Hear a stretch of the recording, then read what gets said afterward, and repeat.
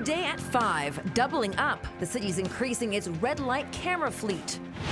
With just a few days until Christmas, Lethbridge police warning shoppers about parking lot prowlers. And a Canadian heads into space for a 5-month mission and brings along his guitar.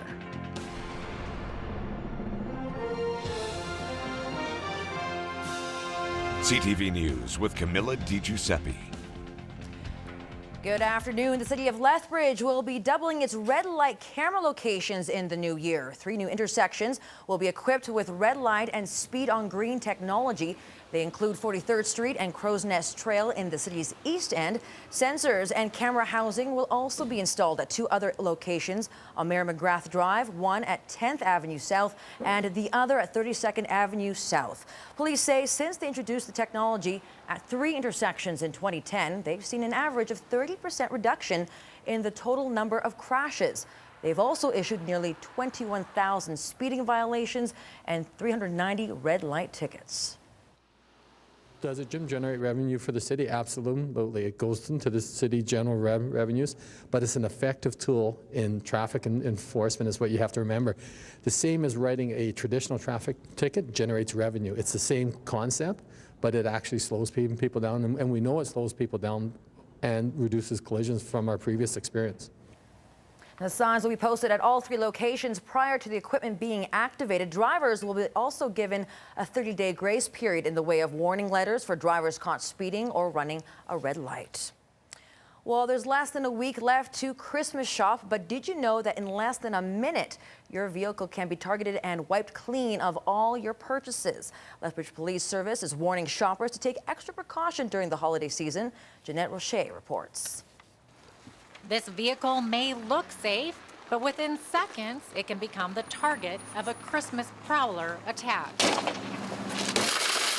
Constable Blaine Stadilko with the Lethbridge Regional Police Services is trying to spread the word about Operation Christmas Presents before your presents end up under someone else's tree. All that stuff that you've bought for presents and whatnot, and you've worked very hard to get the money to purchase those presents, and now you've lost it in the matter of seconds.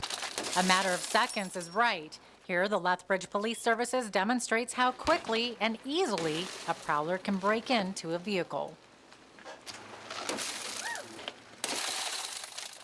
In about 40 seconds, this thief makes off with a bag full of goodies. In terms of vehicle theft, in Alberta, there's anywhere from 13,000 to 16,000 per year, depending on the specific region. Wendy Ma is the crime prevention coordinator for the Alberta Motor Association. She says items that are most commonly stolen are GPSs, smartphones, anything electronic, and that can fit into a backpack. Auto theft costs Albertans $60 million a year in insurance claims, but there are some ways to protect yourself during this Christmas season.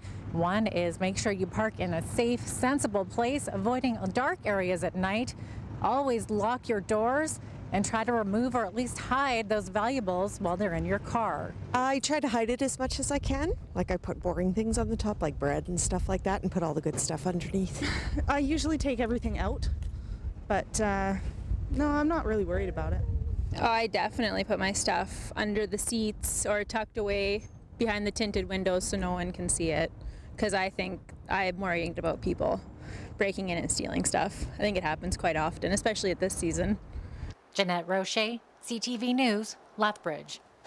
And drivers are being asked to place a special placard in their driver's side windows to let thieves know there's nothing in the car to steal. The placards are available at the Lethbridge Police Station and the AMA Center.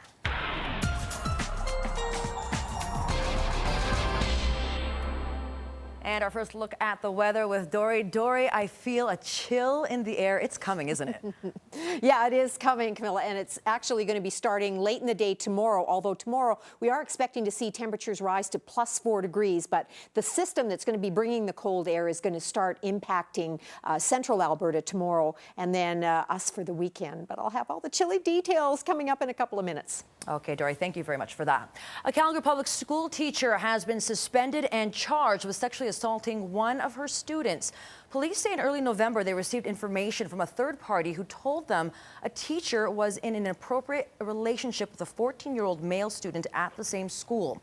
A woman in her 40s was arrested last night and charged with sexual assault and sexual interference with a child. She has been released from custody pending a court appearance at the end of January. Police are not releasing the name of the school. And RCMP are expecting minimal delays and traffic disruptions during highway blockades being planned by the Blood and Piikani First Nations this Friday. The demonstrations are part of the Idle No More campaign to raise awareness about changes to 8 federal laws. Organizers on the Blood Tribe are planning to protest at several locations, with the main blockade at the intersection of Highway 5 and Highway 2 near the main entrance to Cardston. That will take place from noon to 4 p.m. in conjunction with a rally planned for the same time on Parliament Hill. A peace rally blockade will be held on the Piikani Nation from 10 to noon Friday, with a location yet to be confirmed. Demonstrators may gather on Highway 3, however, near the road leading to the Band Administration Building. Local RCMP have been meeting with organizers and working with the First Nations to ensure the demonstrations will be safe and that there will be minimal delays for motorists on the highways. Candidates appealing results of the Blood Tribe elections are scheduled to present their arguments tomorrow before an appeals committee. 3 candidates are appealing the results based on election procedures or staffing concerns. Among them is Kyla Crow, who was tied for the 12th and final position but lost the election when a coin toss was used to break the tie. Crow says she is hoping the appeals committee will rule in favor of holding a by-election to determine the final spot on council. Once the arguments are submitted, the committee has 7 days to make a ruling. The federal government is making its yearly rounds, talking to Canadians in advance of its next year's budget. MP Ted Menzies was in Calgary yesterday. The Minister of State for Finance says his government's top priority will continue to be jobs and growth. The government is looking to the private sector to help with the country's economic recovery. I've always maintained it's not government's role to create jobs. Government's role is to create an environment, to put policies in place to reduce the costs for business, reduce red tape, so they can expand their businesses and expand their jobs. Business leaders and other representatives of the Calgary community participated in the roundtable. Alberta Health Services is preparing to open 25 new supportive living beds in southern Alberta. The new spaces are located in the renovated and expanded Sunny South Lodge in Coaldale. Hiring is now underway and the beds will be opened early next year. The supportive living spaces will be staffed by healthcare aides who are available to help with daily care needs. Alberta Health Services says the new supportive living spaces are needed to meet current and future needs in the community. The great news is that we're able to add 20, of the 25 beds, we're able to add 12 dementia beds for complex dementia care. For individuals in Coaldale, they can hopefully stay in that community, and there's also individuals within the lodge who will be able to stay and age in place. There's also individuals who've had to leave the community to access services in other communities, and they'll be able to come back home. The Sunny South Lodge, which also has 63 other suites, is operated by the Green Acres Foundation. Well, we all know about the oil boom in Alberta, but there's another one going on in the province. This one has to do with babies. Statistics Canada says our province has one of the highest birth rates in the country. Serena Mao reports. Only hours old, Gabriella is already capturing hearts. I got butterflies in my stomach and telling myself, like, wow, I can't believe I'm going to be doing this again. Butterflies and nerves. If I was able to handle 2, why not 3? It's a happy day for the Asadas, a welcome addition to the family. It's a complete family. Yeah, we're very happy. Very happy. Yeah. Makes us more complete. Okay, so according to Stats Canada, little Gabriella will be among great company this year.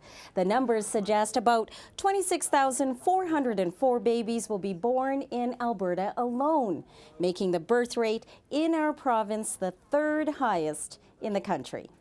I'd say yes, Alberta definitely is in a baby boom. At the Grey Nuns Hospital alone, that baby boom means busy, busy nurses. We did have a record month in August. We had about 561 deliveries. So actually, over the course of the year, starting from around April, our numbers have been steadily climbing. The family of 5 is carrying on a tradition that is becoming an Alberta one. Fertility rates remain highest in Western provinces, where prairie women have more babies than others in the country.